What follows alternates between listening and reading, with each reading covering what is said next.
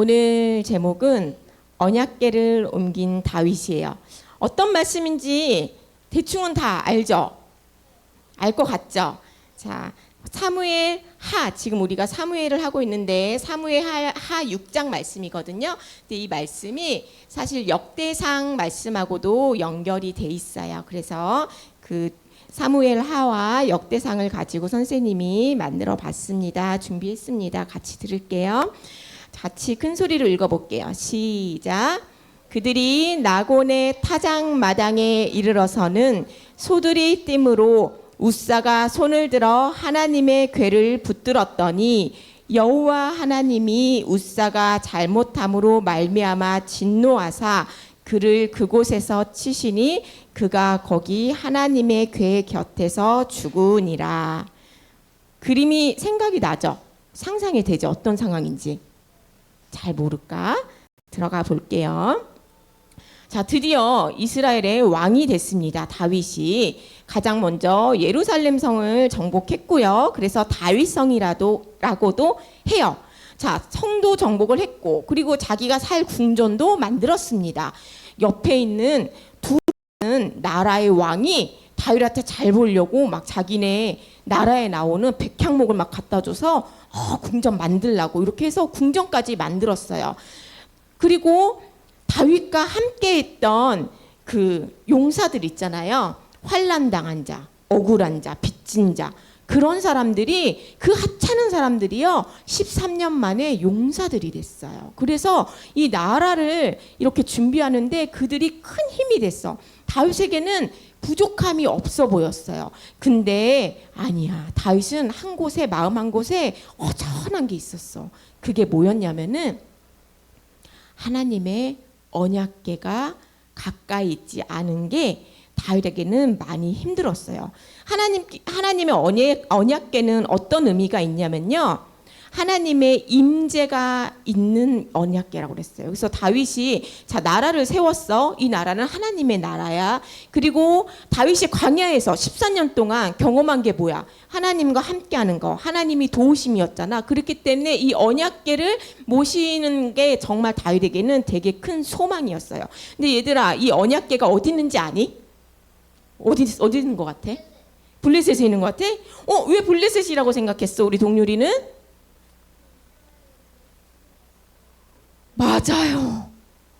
맞아요. 우리 동률이 달란트 3달란트 갑니다.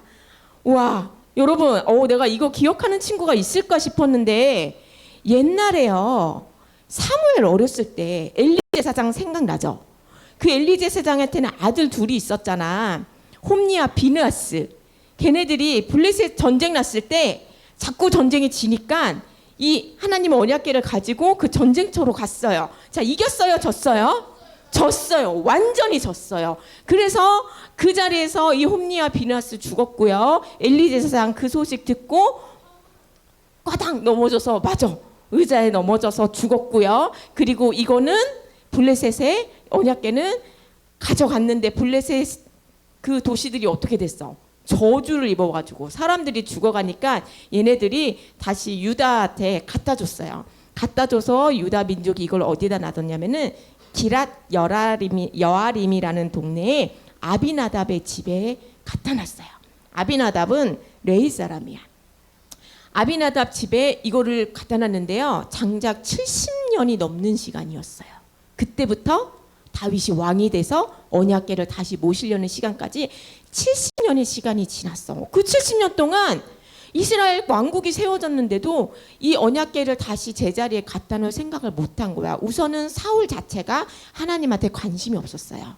그렇기 때문에 그 긴 시간 방치된 거를 다윗은 생각하고 너무나 하나님을 사모했긴 했던 다윗이기 때문에 그 유다의 장로들과 그리고 천부장들과 회중들에게 얘기를 합니다. 우리가 이제는 하나님의 언약궤를 모셔와야 하지 않겠습니까? 그랬을 때 그 회중들이 다 찬성을 했어요.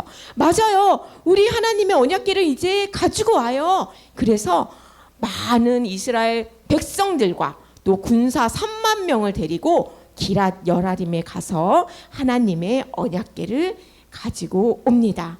자, 하나님의 언약궤를요 새 수레에다가 싣고선 이렇게 나와요. 앞에는 아효라는 아비나답의 아들이 소를 끌고 나오고요. 뒤에서는 웃사가 뒤에서 이렇게 따라 나오고 있었습니다. 사람들은 너무나 기뻐했고요. 뿔라파를 불렀고요. 너무나 행복했어요. 자, 이렇게 나오는데 나곤이라는 사람의 타작마당을 지날 때 갑자기 소들이 난리가 난 거야. 그럼 어떻게? 이 수레에 있는 언약궤가 떨어지겠죠. 흔들려서 떨어지려고 하니까 뒤에 있던 웃사가 이 언약궤가 떨어지지 않게끔 손을 딱 가져야 됐어. 근데 하나님의 진노로 웃사가 그 자리에서 찢어 죽었더라라고 돼 있어요. 자, 여러분 이거 이해돼요? 왜 죽였을까? 왜 하나님이 화가 났을까? 그러면은 아니 너네들 도대체 뭐야? 이러면 재미없는데. 맞아요. 근데 많은 사람들이 아직도 아니 하나님 너무하신 거 아니에요? 그러면 언약궤를 그냥 떨어지게 냅둬야 되는 거예요? 이렇게 생각하는데요. 아니요. 이유가 있었어요. 우선은 근데 이때 이 사람들은 아무도 몰랐어요. 다윗도 몰랐어요. 옆에서 이 귀한 날 우리가 이렇게 잔치를 준비하고 하나님을 사랑해서 하나님의 언약궤를 가지고 나오는데 하나님이 웃사를 쳐 죽였어. 그러니까 다윗이 처음에는 화가 났어요. 분이 났대요. 아니 왜 이러시는 거야? 근데 그 다음에 또 두려웠대요. 어떡하지? 내가 하나님의 언약궤를 모실 수나 있나? 너무 두려워서 이 언약궤를 가져가지 못하고요. 오벳 에돔이라는 사람의 집에 갖다 둡니다. 여기에 3개월간 갖다 둬요. 오벳 에돔도 레위 사람이에요. 자, 여기 3개월 동안 갖다 둔 동안에 오벳 에돔의 집안이 축복을 받았대요. 그리고 그 축복받은 소리를 다윗도 들었어요. 자, 그러면 그동안 다윗은 뭘 했냐? 하나님 왜 그러신 거예요? 따지지 않고요. 도대체 하나님이 왜 화가 나셨을까? 그때부터 이제 찾기 시작한 거야. 원인을. 하나님 우리가 뭘 잘못했죠? 하고 봤더니요. 정말 큰 잘못을 한 거예요. 아까 동률이랑 옆에 다혜리가 얘기했듯이 하나님은 이 언약궤를 어떻게 다뤄야 되는지 모세에게 다 얘기해 줬어. 그래서 모세가 다 적어놨어요. 율법에 적어놨어요. 자, 첫째는요. 하나님의 언약궤는요. 아무나 만져선 안 돼. 그래서 이 성막에 언약궤를 옮길 때도 제사장들이 들어가서 이 언약궤 위에 다 이렇게 덮을 거 덮고 준비를 다 해 놓으면 그때 고핫 자손 아무나 옮겨서도 안 돼.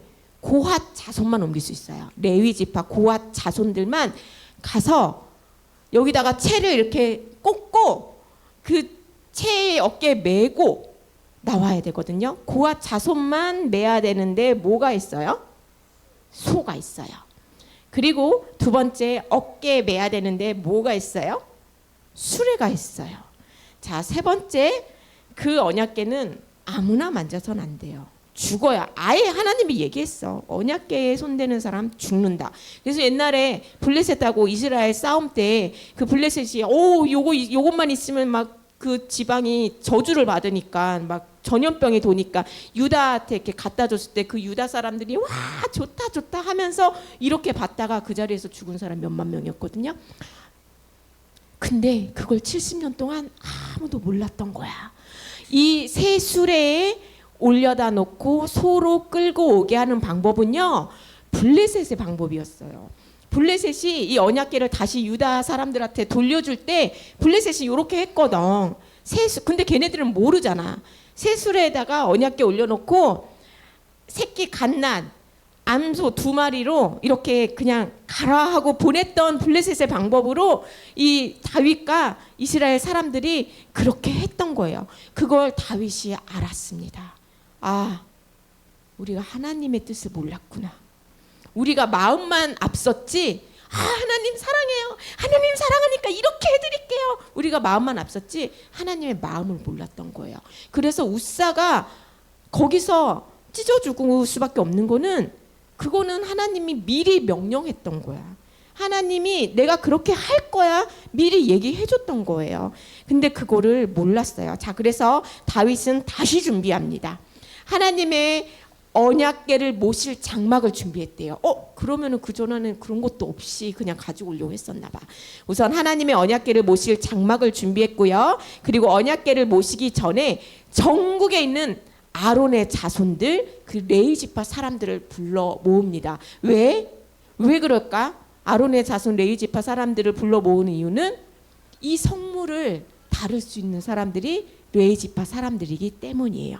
자, 그렇게 모였고요. 그리고 거룩한 하나님의 임재가 있는 언약궤를 다뤄야 되기 때문에 이것을 다루는 모든 사람들의 몸을 성결하게 했습니다. 그리고 모세 율법에 따라 언약궤에 채를 꽂고요, 어깨에 매게 했습니다. 그리고 나머지는 레위 지파 사람들에게 노래를 하고 악기를 연주하고 찬양을 하게 했어요. 자, 드디어 하나님의 언약궤를 맨 사람들이 나옵니다. 표정 보세요. 어때요? 감격스럽죠? 정말 이스라엘 민족이 오랫동안 염원하던 일이 이루어졌기 때문에 이렇게 기쁘게 어깨에 메고 사람들이 나오고 있는 거예요. 자, 6걸음 정도 나온 것을 확인을 했어요. 왜냐하면 또 저주받아 죽을까 봐. 네. 6걸음을 지고 나오는 동안에 하나님의 저주가 임하지 않는 것을 보고 그때 다윗이 소와 살찐 송아지를 하나님께 제사를 지냅니다. 그리고 다윗이 어떻게 했는지 아시죠? 어떻게 했어요? 다윗이 춤을 췄어요.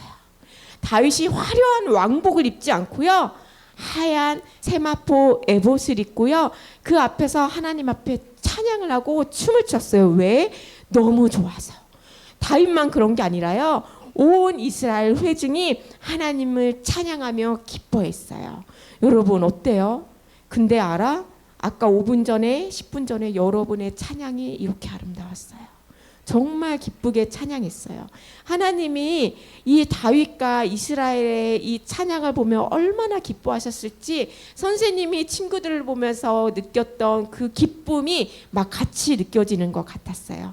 자, 다윗은 진심으로 기뻐했어요. 그래가지고 미갈이 딱 봤을 때 뭐 옷 봐봐, 되게 갖춰 입지 않았잖아. 헐렁하잖아. 막 이 옷을 입고 막 춤을 추니까 속살이 보일 정도로 에휴, 왕이 어떻게 저래? 이렇게 할 정도로 다윗은 너무나 기뻤던 거예요. 다윗은 사람들에게는 왕이었지만 하나님 앞에는 그냥 아버지 너무 좋아요. 어린아이 같은 심령으로 춤을 췄습니다. 다윗의 중심은 하나님이었고요, 하나님을 사랑했고요, 그래서 하나님도 다윗과 이스라엘을 기뻐하셨습니다.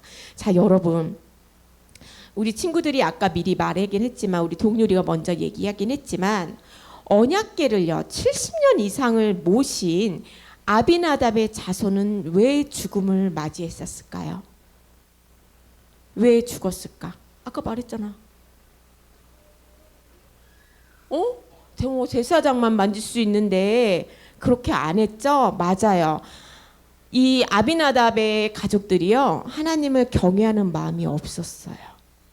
물론 처음에 이 언약궤가 아비나답의 집에 갔을 때 사무엘상, 우린 하야, 사무엘상 처음에 아비나답의 집에 갔을 때요, 이 집안 사람들이요 따로 이 언약궤를 모실 아들을 엘리야사를 거룩하게 구별해서 20년 동안 잘 이거를 언약궤를 잘 모셨대요. 잘 관리하고 정말 그 율법대로 그렇게 했는데 이 20년이 지나고 또 30년이 지나고 하면서 마음이 풀어진 거야.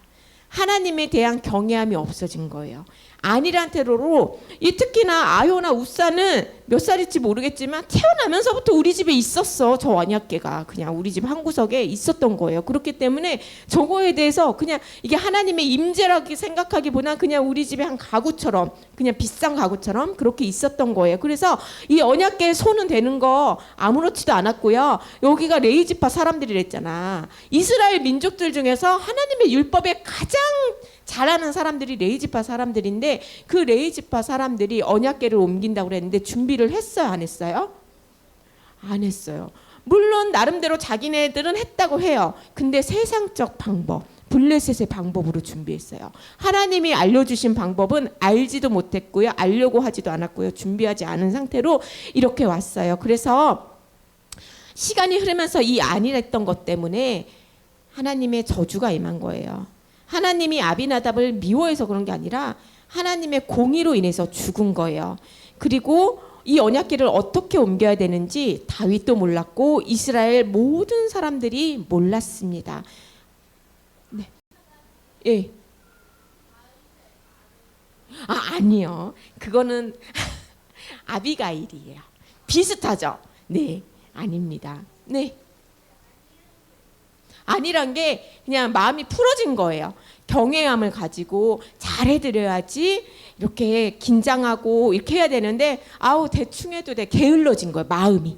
그걸 아니라다고 하는 거예요. 자, 그런 반면에 오벳에돔은요 3개월 모셨는데요. 이 3개월 동안 오벳에돔은 축복을 받았대요. 왜 그러냐면요. 이 오벳에돔이 레위 지파 사람이라 했잖아요. 자, 여러분들 기억할지 모르겠는데요. 고라라는 사람이 옛날에 모세 때 있었습니다. 선생님이 고라에 대해서 설교를 했었는데요. 제목이 고라의 반역이었어요. 기억날지 모르겠습니다.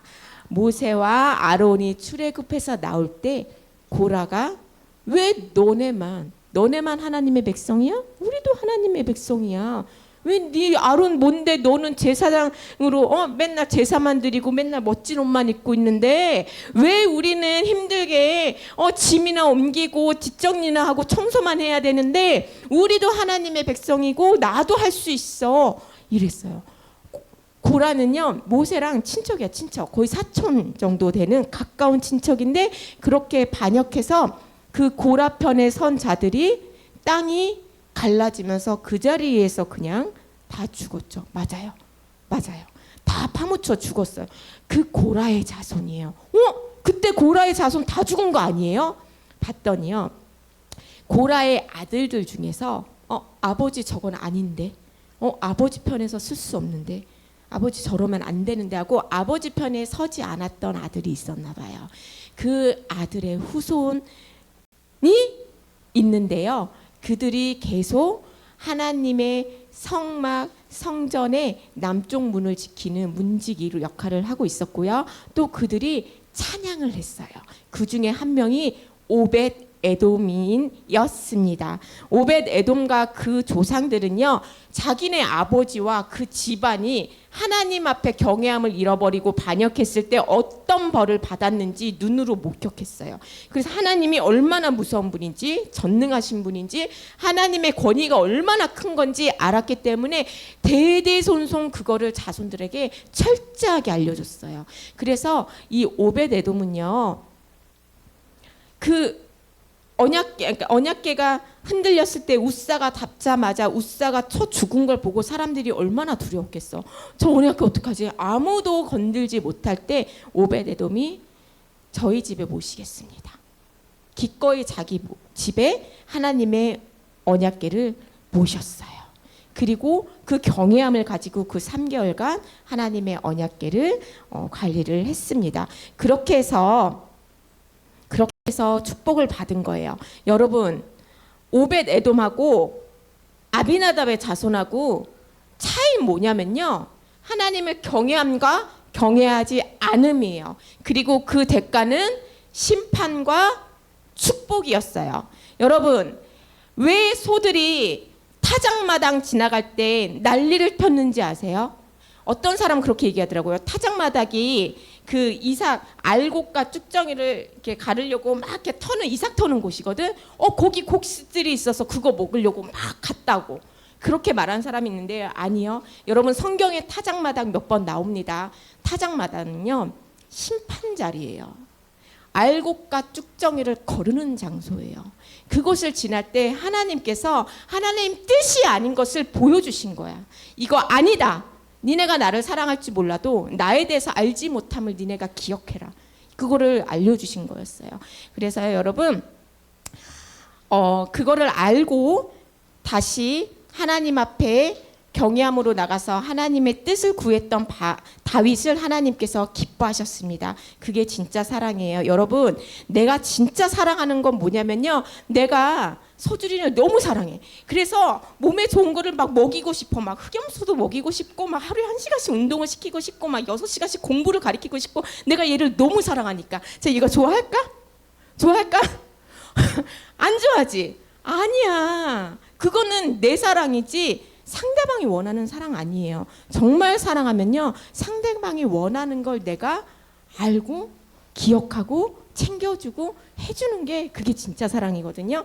우리 친구들도 하나님을 그렇게 사랑하기를 원합니다. 여러분, 말씀에요, 이런 말씀이 있어요. 요한복음, 예수님이 직접 말씀하신 말씀이 있어요. 영생은 곧 유일하신 하나님과 그가 보내신 자 예수 그리스도를 아는 것이다. 영생이 뭐래요? 영생을 어떻게 영생을 얻는데요?